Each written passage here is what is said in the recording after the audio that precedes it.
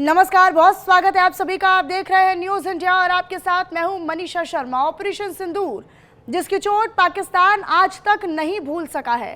पहले पाक army chief Asim Munir बोले अल्लाह ने बचा लिया, और अब खुद पाकिस्तान के राष्ट्रपति आसिफ अली जरदारी का ऐसा कबूलनामा सामने आया है जिसने इस्लामाबाद से लेकर रावलपिंडी तक की हकीकत को उजागर कर दिया है। दरअसल कराची की रैली में मंच से जरदारी ने जो कहा वो पाकिस्तान के झूठे पीड़ित कार्ड की परतें खोल देता है। एक रिपोर्ट, उसके बाद चर्चा। कि मुझे कहा कि सर वो जंग शुरू हो गई है, ये वैसे तो मैंने उसको 4 दिन पहले बोला था कि जंग होने वाली है, मगर उसने मुझे आके कहा कि सर वो बंकर में चले। मैंने कहा शहादत आनी है तो यहाँ ही आएगी, बंकरों में नहीं मरते लीडर। ये सब हम जंग के मैदान के लिए खुद तैयार हैं, हम खुद हथियार लेके लड़ने के लिए तैयार हैं, हम अपनी जानों का कुर्बानी देने के लिए तैयार हैं इस मुल्क को, अपने मादरे वतन को बचाने के लिए। तो ये भूल जाओ कि रोटी होगी गोली होगी, रोटी होगी गोली होगी, हम गोलियां मारेंगे, तुम क्या।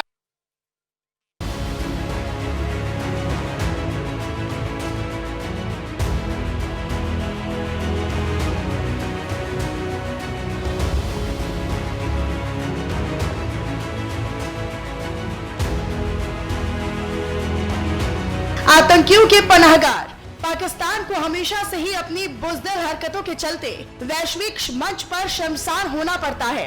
ऐसे में एक बार फिर से ऐसी स्थिति तब आई जब ऑपरेशन सिंदूर के दौरान अपनी ताकत का झूठा बखान करने वाले नापाक पड़ोसी मुल्क पाकिस्तान की सेना और उसके हालात को लेकर नया और चौंकाने वाला खुलासा हुआ।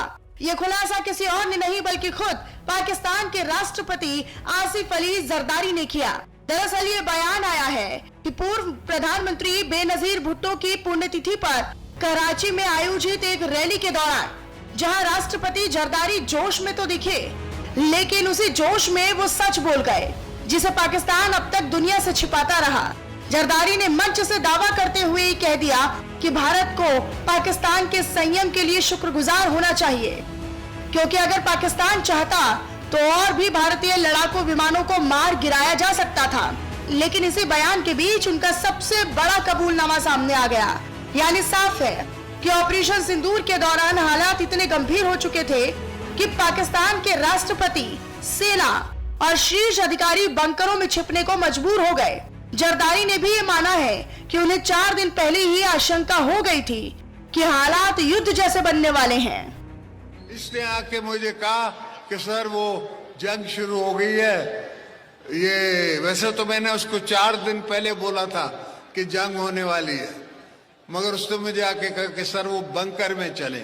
मैंने कहा शहादत आनी है तो यहाँ ही आएगी, बंकरों में नहीं मरते लीडर।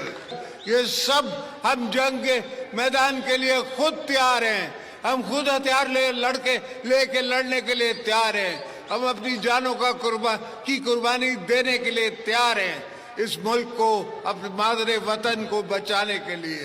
तो ये भूल जाओ कि रोटी होगी गोली होगी, रोटी होगी गोली होगी, हम गोलियां मारेंगे, तुम। यही वजह थी कि कई दिनों तक पाकिस्तानी आर्मी चीफ आसिम मुनीर सार्वजनिक रूप से गायब रहे। दिलचस्प बात यह है कि एक तरफ पाकिस्तान अंतर्राष्ट्रीय मंचों पर खुद को पीड़ित बताता रहा और दूसरी तरफ खुद पाकिस्तान के राष्ट्रपति ये मान रहे हैं कि पाकिस्तान पूरी तरह असुरक्षित हो चुका था। ये कबूलनामा न सिर्फ पाकिस्तान की पोल खोल रहा है बल्कि भारत की सैन्य रणनीति और सटीक कार्रवाई की ताकत भी दिखाता है। लेकिन जरदारी की इसी गीदड़ भभकी के उलट जमीनी हकीकत कुछ और ही कहानी बयां करती है। वहीं कुछ दिन पहले मुनीर ने कहा कि भारत के साथ संघर्ष के दौरान हमने अल्लाह की मदद को महसूस किया, यानी गोलियों, मिसाइलों और रणनीति के बीच। पाक सेना प्रमुख अब खुद ये मान रहे हैं कि हालात उनके काबू में नहीं थे। पहलगाम हमले के बाद भारत ने पाकिस्तान से कूटनीतिक रिश्ते लगभग खत्म कर दिए, यहां तक कि सिंधु जल संधि को भी निलंबित कर दिया गया। इसके बाद पाकिस्तान लगातार भारत को पत्र लिख कर संधि बहाल करने की गुहार लगाता रहा। यानी मंच से गोली की बातें और हकीकत में पानी के लिए चिट्ठियां। सच तो ये है कि पाकिस्तान ऑपरेशन सिंदूर के घावों को भूल नहीं पा रहा। भारत ने पाकिस्तान के 11 एयरबेस तबाह किए। पाकिस्तानी आर्मी के साथ बड़े बड़े नेता अपनी जान बचाने के लिए बंकरों में दुपक कर बैठ गए। यही वजह है कि जरदारी का ये कबूलनामा पाकिस्तान की कमजोर स्थिति और भारत की मजबूत रणनीति दोनों को उजागर करता है। आज पाकिस्तान के ही राष्ट्रपति जरदारी के शब्द इस बात की गवाही दे रहे हैं कि ऑपरेशन सिंदूर सिर्फ एक सैन्य कार्रवाई नहीं बल्कि वो दबाव था जिसने पाकिस्तान की नींव को भी हिलाकर रख दिया। और शायद इसी डर की वजह से पाकिस्तान आज भी उस ऑपरेशन को भूल नहीं पा रहा। Bureau report, news India.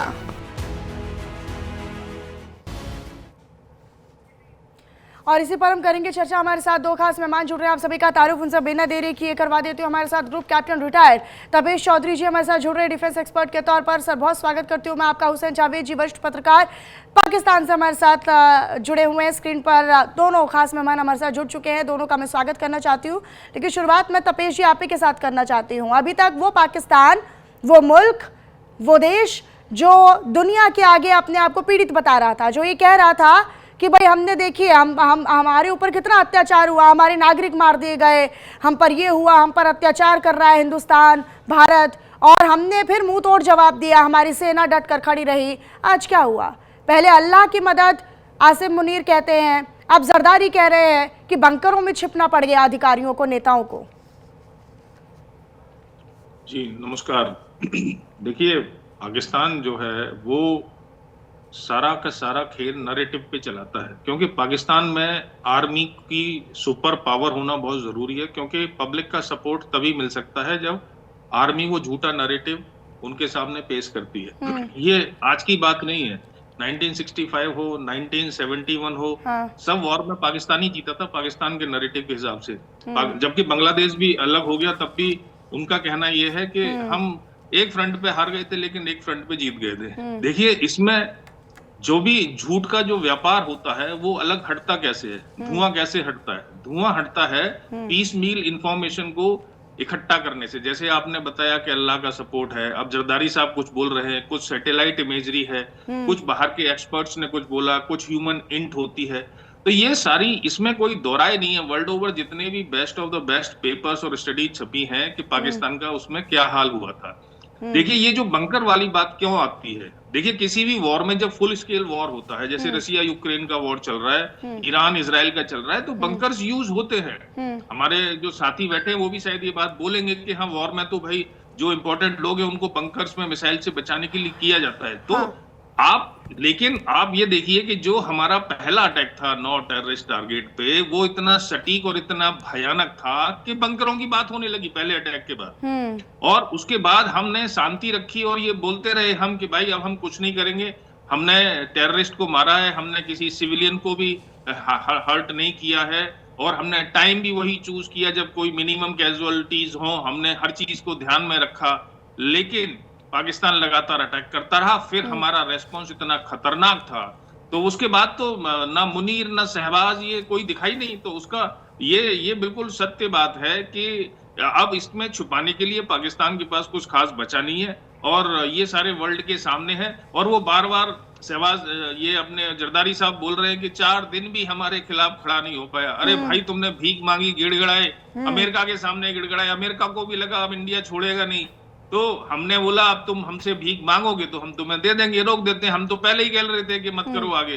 तो इसलिए ये पूरे वर्ल्ड को देखना है, और बाकी अब पाकिस्तान क्या बोलता है नहीं बोलता है, हमने अपने ऑब्जेक्टिव किस तरह से अचीव किए, whole world has seen it. Back to you. Hussain Javed ji का रुख कर लेते हैं। हुसैन जावेद जी, आप तो हर बार हमारे साथ जुड़ते भी हैं। वो पाकिस्तान जो अभी तक तो आप रो रहे थे कि बताइए इतना मार दिया, हमारे नागरिक मर गए, हमारे निर्दोष नागरिकों को मार दिया। आप जरदारी कह रहे हैं, आप ही के देश के राष्ट्रपति है, वो ये कह रहे हैं मंच से कि भाई अल्लाह को याद करना पड़ा। आसिम मुनीर कह रहे हैं, उसके बाद कह रहे बंकरों में छिप गए। मैंने तो 4 दिन पहले ही बता दिया था, बंकरों में नेता अधिकारियों को छिपने के लिए कहा गया। फिर मैं कह रहा हूं कि लीडर जब शहीद होते हैं या लीडर जब मरता है तो वो छुपकर नहीं मरता है। इस तरह की बातें हो रही हैं अब। जी सबसे पहले आपका शुक्रिया कि आपने इनवाइट किया।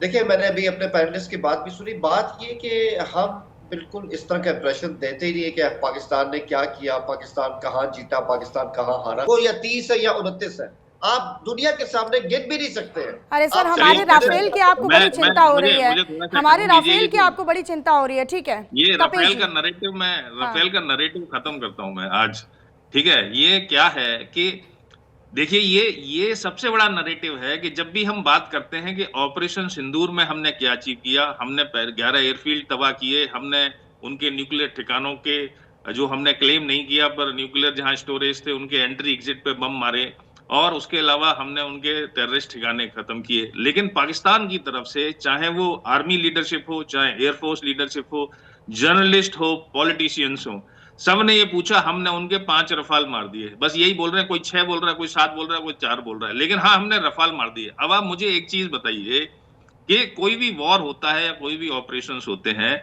उसमें लॉसेस दोनों तरफ से होते हैं, मैं इसको डिनाई नहीं करता, दोनों तरफ से होते हैं। अब एक फुटबॉल मैच हुआ मैडम, और उसमें पाकिस्तान ने 2 गोल मार दिए, लेकिन हमने 5 गोल मारे, तो भाई जीता कौन? अब तुम इस बात को कहते रहो हमने भी तो 2 गोल मार दिए थे तुम्हारे, तो 2 गोल मारने से क्या होता है भाई? विक्ट्री किसकी हुई, किसका नुकसान हुआ, ये मैटर करता है। तो ये रफाल का नैरेटिव जो है ना, ये तो अब 65 में भी, और हुसैन जावेद जी, आपको समझना होगा कि 4 दिन से ज्यादा, 4 से 7 दिन से ज्यादा पाकिस्तान इस युद्ध को नहीं झेल सकता था। इस बात को तो स्वीकारेंगे आप, हालत खराब हो गई थी, अमेरिका तक फोन कर दिया। देखिए, मैं बात पता क्या है कि इंडिया वाले हमेशा से, इंडिया की आर्मी, इंडिया की स्टैब्लिशमेंट हमारे बारे में ये सोच रखते हैं कि पाकिस्तान तो बिछड़ा हुआ है, हर चीज में हमसे पीछे। और इस मई की जंग में ना इंडिया को वाज़ेह हो गया कि हमने जरूरत से ज्यादा ही अजम्पशन लगा लिए थे। ये तो हमारी उम्मीद से बहुत ज्यादा सक्षम भी है, मिसलाहियत भी है, और उन्होंने साबित किया।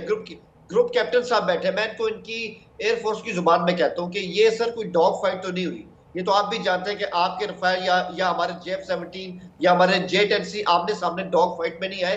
ये बियॉन्ड विजुअल रेंज की लड़ाई थी, जिसको मल्टी डोमेन वॉरफेयर कहते हैं। ये आपको मुझसे बेहतर पता है। इसमें आप अच्छी कारकर्दगी अगर नहीं दिखा सके तो मानिए इसको। ट्रंप साहब अपनी स्पीच में कह चुके हैं जहाज गिरे हैं, जहाज गिरे हैं। उन्होंने कभी नहीं कहा ये पाकिस्तान के जहाज गिरे हैं, लेकिन एक आप हमने तो सितंबर में हमने इस सबूत को भी रखा कि ये सर कहां तक नैरेटिव सेट करेंगे सर?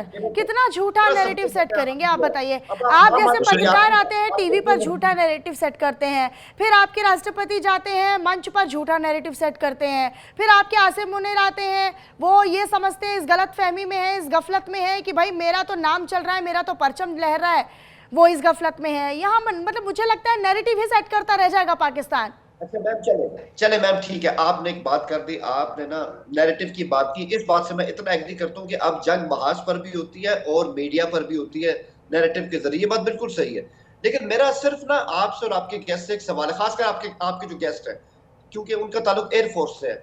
देखिए, जब मई की जंग जारी थी ना, हमने तो बकायदा उस टाइम दुनिया के मीडिया को बुला के एक जबरदस्त किस्म की प्रेजेंटेशन दी कि ये देखिए इंडिया का लॉस हुआ हमारी एयरफोर्स में। आपके एयर चीफ को 4 महीने लगे उस तरह की प्रेस टॉक का आयोजन करने में। इसके पीछे क्या राज था? 4 महीने तक आपको समझ ही नहीं आई कि हुआ क्या? ये मैं से जवाब दूं, 4 महीने बाद आपने प्रेस कॉन्फ्रेंस नहीं देखी होगी ना, आपने प्रेस कॉन्फ्रेंस नहीं देखी होगी ना, आपने प्रेस कॉन्फ्रेंस नहीं देखी होगी, आपने वो सैटेलाइट वाली तस्वीरें भी नहीं देखी होंगी।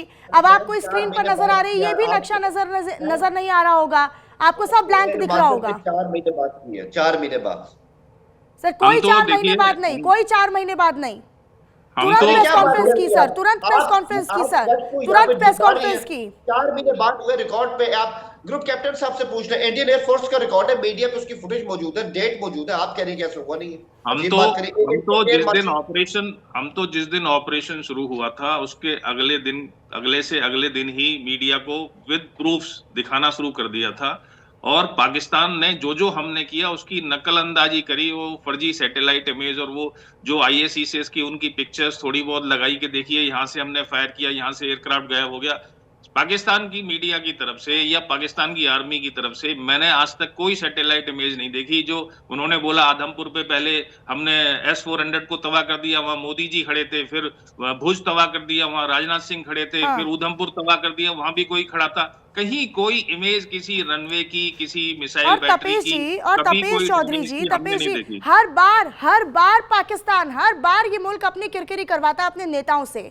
अभी जरदारी जी का मैं बयान सुनवा रही थी, जरदारी ने कहा था कि भारत से दोबारा युद्ध लड़ना चाहता है पाकिस्तान युद्ध के लिए दोबारा तैयार है, मोदी आसिम मुनीर से डर गए, दूसरे बयान में वो पलट जाते हैं, कहते हैं कि भाई सेना नेता अधिकारियों को तो बंकर में छिपवाना पड़ा था क्योंकि हम डर गए थे, हम पर हमला हो रहा था, हिंदुस्तान हमें मार रहा था, पीट रहा था। ये तो किरकिरी वाला बयान हो गया ना। आप एक बयान में एक मंच पर एक ही समय पर दो अलग अलग बयान कैसे दे सकते हैं? और उसमें भी एक बात ये होती है जो हुसैन साहब मेरे साथी बोल रहे हैं कि देखिए कि आपने तो 4 महीने बाद बोला, चलो हमने वो भी भूल गई है कि हमने कितनी मीडिया ब्रीफिंग्स करी, पर जो हारता है वही तो ज्यादा चिल्लाता है। हमने जो अचीव करना था हमने कर लिया, हमें दुनिया को बताने की जरूरत नहीं थी। और जो बोलते हैं हारे हुए आदमी को कौन बुलाता है, भाई हारे हुए कोई सब बुलाते हैं, हारा हुआ ये आदमी 4 जगह हाथ पैर मारता है। अभी यूक्रेन के प्रेसिडेंट आप देखिए ना, वर्ल्ड में कहां कहां जा रहे हैं, कौन नहीं बुला रहा उनको। तो जो हारता है, जिसको अपना आका दिखता है, जहां से मदद मिलती है, जहां जिस कंट्री के इंटरेस्ट है। और अमेरिका कोई अकेला देश नहीं है इस वर्ल्ड में कि अमेरिका ने बुला लिया तो मुनीर साहब इस समय सुपर पावर हो गए। अरे ये मल्टीपोलर वर्ल्ड है, इंडिया अपने आप में एक पावर है आज की डेट में, और भी बहुत सारी पावर्स है। तो ये बात जो है कि हारे हुए आदमी को नहीं बुलाता, हम जीत गए हमको इसलिए बुलाया गया, ऐसा नहीं है। आप कितनी भी विक्ट्री परेड निकालिए, कितना भी दुनिया को बोलिए, बट प्रूफ्स नहीं है, सिर्फ नरेटिव का गेम है सब। देखिए मैं इस पे ऑब्वियसली हम एक दूसरे को कन्विंस तो नहीं कर सकते, आपके पास आपका अपना नैरेटिव है, हमारे पास हमारा, लेकिन बात वही आती है कि सबसे अहम बात ये कि आपने कहा ना इस जंग से आपने क्या हासिल किया, ये तो बकायदा आपके डिफेंस एक्सपर्ट्स कह रहे हैं। एयरफोर्स के साबिक आपके ग्रुप कैप्टन है, स्क्वाड्रन लीडर है, जो मेरे साथ कई टॉक शोज में, उन्होंने खुद कहा कि इंडियन एयरफोर्स के इस टाइम 29 एक्टिव स्क्वाड्रन है, ठीक है, और हमारे 27 है पीएफ के। तो 2 स्क्वाड्रन की सिर्फ दूरी रह गई। आप खुद अंदाजा लगा लें कि इंडियन एयरफोर्स कहां खड़ी, स्टिल आपको आपका 5th जनरेशन जेट चाहिए जो भी आपके पास नहीं है। तो बहुत प्रॉब्लम है, और अभी इंडिया भी इतनी बड़ी लड़ाई अफोर्ड ही नहीं कर सकता, क्योंकि ये आपको मुझसे बेहतर पता है कि बहुत ज्यादा ऐसी चीजें जो आपको अभी कवर करनी है। देखो 2 चीजें, नहीं, आप सैन्य ताकत का कंपेयर तो मत ही कीजिए हुसैन जावेद जी। आप सैन्य ताकत का, आप जेट का, आप फाइटर जेट्स का, आप हथियारों का, आप गोला बारूद का, इनका कंपैरिजन मत कीजिए सर हिंदुस्तान के साथ। कोई फायदा नहीं है, कोई फायदा नहीं है। ऑपरेशन 2 नहीं, ऑपरेशन, अब आप कहते हैं, आपके नेता कह रहे हैं कि भाई हम तो दोबारा लड़ने के लिए तैयार हैं। लड़ने के लिए तैयार कहने वाले नेता क्या ये नहीं जानते हैं कि पाकिस्तान अगर पाकिस्तान उतरेगा तो फिर वो कितने 4 दिन से ज्यादा टिक नहीं पाएगा। ऑपरेशन सिंदूर से भी बुरा हाल होगा। देखिए फर्क है उनकी बात में। अगर वो ये कहते हैं ना कि हम इंडिया के साथ जंग इस तरह से दोबारा होगी, ये सब कुछ, वो इसलिए कि अगर दोबारा से अग्रेशन हुआ, हकीकत में इंडिया पाकिस्तान दोनों ये नहीं चाहते कि जंग हो, जंग किसी के मफाद में नहीं होती, लेकिन ये बात आपको स्टेटमेंट देना पड़ती है कि अगर दोबारा से हम पे इस तरह अग्रेशन होता है तो हम उसके लिए तैयार है। तो लीडर्स की जो इस तरह की बातचीत होती है उसको हमेशा इस कॉन्टेक्स्ट के अंदर देखना चाहिए। लेकिन कुल मिला के बात यही है कि 1 मई के अंदर आपस में कोशिश हो गई है, आपने भी कोशिश की, हमने भी कोशिश की। अब सवाल ये है कि आगे इन दोनों मुल्कों ने कैसे चलना है, ये सबसे अहम सवाल है। और मेरी जाती राय कि उसका बेहतरीन हल बातचीत है। पाकिस्तान को तो सबक सिखा दिया सर, पानी के लिए, बूंद बूंद के लिए हिंदुस्तान ने तरसा दिया। रो रहा है पाकिस्तान, साथ कैसे चल सकते हैं भाई? गोली और रोटी एक साथ थोड़ी ना चल सकती है सर, खून और पानी एक साथ थोड़ी ना बह सकते हैं सर। जब आप कहेंगी ना कि ऑप सिंदूर होल्ड पर है और हमने इसको खत्म नहीं किया, तो हमें भी अलर्ट अपनी तरफ रहना पड़ेगा। ऐसा नहीं हो सकता कि आप कहेंगे ऑप सिंदूर नहीं, तो अलर्ट होके हो क्या जाएगा सर? अलर्ट रह के हो क्या जाएगा हुसैन जी? अलर्ट रह के हो क्या जाएगा? आपके तो नेता मान रहे हैं ना कि भाई आपकी सेना नाकाम रही, आपकी सेना विफल रही। ये आपको लग रहा है, देखिए ये आपका अपना आसिम मुनीर को तो अल्लाह याद आ गए थे, आसिम मुनीर को तो अल्लाह की मदद मिली थी। पता है पाकिस्तान की कैपेबिलिटी क्या है, हमने दुनिया के आगे प्रूफ किया, और हमें इंडिया को प्रूफ करने की जरूरत नहीं है। दुनिया इस बात में हमारे साथ। देखें आप एक बात का जवाब दे देना, पूरी दुनिया ने क्या पहलगाम में जो वाकया हुआ है, पाकिस्तान की किसी मुल्क ने वायलेशन किया इसराइल को छोड़ के? आपके पसंदीदा दोस्त रूस ने नहीं की, रूस ने पाकिस्तान का नाम नहीं लिया। यही तो नाकामी है कि सफारती सतह पे आप नाकाम हो गए हैं, आप दुनिया को कन्विंस नहीं कर पाए कि हुआ क्या। नहीं, ये आप लोगों का नैरेटिव है, आप लोगों की गलतफहमी है। आप लोग न कभी मानेंगे, ना आप लोगों ने 65 माना, ना 62 माना, ना 71 माना, अब पहलगाम भी नहीं माना, आपने कुछ भी नहीं माना सर। आपने कभी एक्सेप्ट किया है कि हाँ यहाँ पर हमारी तरफ से ये चूक हुई या ये गलती हुई या यहाँ पर हम गलत थे? कभी माना सर आपने? कभी नहीं माना और ना मानेंगे, उसकी उम्मीद भी नहीं है। तपेश जी, ठीक है, तपेश जी का। हुसैन साहब से एक बात कहना चाहूंगा। देखिए आप बुरा मत मानिएगा कि अगर आप पाकिस्तानी हैं तो पाकिस्तान में बैठ के आप सिर्फ एक ही नैरेटिव बोल सकते हैं, ये आप अंदर आपका दिल भी जानता है, वहां पे जो आर्मी का खौफ है। तो इसलिए ये अगर हम ये एक्सपेक्ट करें कि हुसैन साहब को सच बात बोल देंगे या एक्चुअल नैरेटिव बोल देंगे या थोड़ी हमारी बात बोल दें, थोड़ी अपनी बोल दें, ऐसा हो नहीं सकता।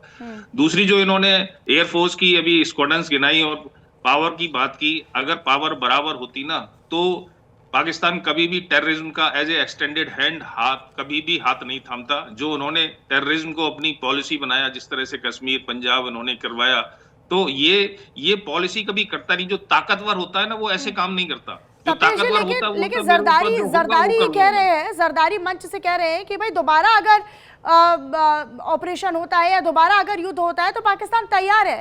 कैसे तैयार है सर? कहीं से कहीं तक पाकिस्तान तैयार नहीं हो सकता है। पैसा चाहिए, लड़ाई लड़ने के लिए पैसा चाहिए भाई इनके पास। अब इनकी पाकिस्तान की एयरलाइंस बिक गई, आप सोचिए ये बुरा हाल है। जब एयरलाइंस तक बिक रही है, उसका ऑक्शन हो रहा है एयरलाइंस का, तो पैसा कहां से आएगा लड़ाई लड़ने के लिए? पता नहीं ये ऑक्शन की क्या बात करें, वो प्राइवेटाइजेशन की बात है। दुनिया भर में जो इदारे होते हैं वो इस तरह प्राइवेटाइज होते हैं, इसमें तो कोई ऐसी खैर बात नहीं। खैर ये टॉपिक नहीं है। मैं इसमें ये क्योंकि देखें पाकिस्तान भी जंग नहीं चाहता इंडिया से, सच्ची बात है, मैं इस बात का हामी हूँ। जंग दोनों मुल्कों के हाथ में नहीं है, लेकिन तो फिर अपने नेताओं तक भी तो बात पहुंचाइए, तो फिर अपने नेताओं तक तो बात पहुंचाइए सर। मैंने कहा देखिए हमने, आप मुझे एक बात बताएं, आप स्टैट चेक कर लेना। 22 अप्रैल पहलगाम के बाद पाकिस्तान ने मुतअद्दिद दफा मुख्तलिफ आर्मी फोरम्स पे डायरेक्ट पे इंडिया को ऑफर की कि बातचीत करते हैं। आज भी अगर इंडिया बातचीत करेगा तो पाकिस्तान को सर कितनी बार बातचीत, जितनी बार बातचीत उतनी बार गोली, जितनी बार बातचीत उतनी बार गोली। देखिए मैम, क्योंकि आपके पास, ये मेरी आखिरी बात है, क्योंकि आपके पास ऑप्शन नहीं है। चाइना के साथ आपकी सरहद अनसेफ, पाकिस्तान के साथ अनसेफ, अब बांग्लादेश के साथ भी अनसेफ है। तो मुझे बताएं जयशंकर साहब क्या कर रहे हैं, आपकी खारजा पॉलिसी को किस तरह चला रहे हैं? हर हमसाये के साथ उन्होंने आपके पट्टे करवा दिए। आप अपनी बात कीजिए सर, हुसैन जी आप अपनी बात कीजिए सर। कितनी बार बातचीत बताइए ना, कितनी बार बातचीत, कितनी बार बातचीत? आप छोड़ दीजिए चीन, बांग्लादेश, नेपाल सब छोड़ दीजिए, आप पाकिस्तान पर रहिए। कितनी बार बातचीत? क्योंकि मैं ये समझता हूँ, क्योंकि मैं ईमानदारी से ये समझता हूँ कि बातचीत के अलावा पाकिस्तान के पास, और क्यों आप लोगों के नेता बार बार ऑपरेशन सिंदूर को याद करते हैं? क्यों बार बार ऑपरेशन सिंदूर का जिक्र होता है आपके देश में? क्योंकि आप लोग एक नैरेटिव सेट करना चाहते हैं। आप लोग एक झूठ का नैरेटिव, एक झूठ का प्रोपेगेंडा फैलाना चाहते हैं। देखिए वो बात मेरी और ग्रुप कैप्टन साहब की होगी कि हम एक दूसरे को कन्विंस नहीं कर सकते। इस फैक्ट को भी मान लेना चाहिए ना। उनके पास अपने सोर्सेज हैं, मेरे पास अपने सोर्सेज हैं। है क्या सर कन्विंस करने के लिए? पाकिस्तान के पास है क्या, और क्यों करना है पाकिस्तान को कन्विंस? इसका जवाब तो आपको ट्रंप साहब देंगे ना। आप जरा उनकी स्पीचेस ही सुनने तो आपसे पता चल जाएगा। बीच में ट्रंप साहब को क्यों लेकर आ रहे हैं सर? कुछ आटा वाटा भिजवा रहे हैं, वो चावल वावल भिजवा रहे हैं क्या? नहीं, आप बीच में ट्रंप साहब को क्यों लेकर आ रहे हैं? कुछ खाने पीने का सामान भिजवा रहे हैं क्या वो आपके पाकिस्तान में? उन्होंने इस बात का एतराफ किया कि जहाज गिरे। आप ना माने, आपके मानने से कुछ नहीं होता। दुनिया का नाम इंडिया नहीं है, इंडिया दुनिया के अंदर है। ठीक है, आप ना मान रहे थे ना मानेंगे, और मुझे उम्मीद भी नहीं है जावेद जी कि जब आप यहाँ पर बैठेंगे आप अपनी कमी, आप अपनी कमजोरी को कभी नहीं मानेंगे और ना कभी कबूल करेंगे। ठीक है, आपके नेता तो समय समय पर कबूल करते ही हैं। बहुत शुक्रिया हुसैन जावेद जी, आप हमारे साथ जुड़े, अपने पॉइंट ऑफ व्यू और चर्चा इस पर की। और तपेश चौधरी जी हमारे साथ जुड़े डिफेंस एक्सपर्ट के तौर पर, ग्रुप कैप्टन रिटायर्ड। तपेश जी बहुत शुक्रिया आपका भी हमारे साथ जुड़ने के लिए। और फिलहाल इस चर्चा के साथ इस बुलेटिन में भी इतना ही। बाकी तमाम खबरों के लिए आप बने रहिएगा हमारे साथ। नमस्कार।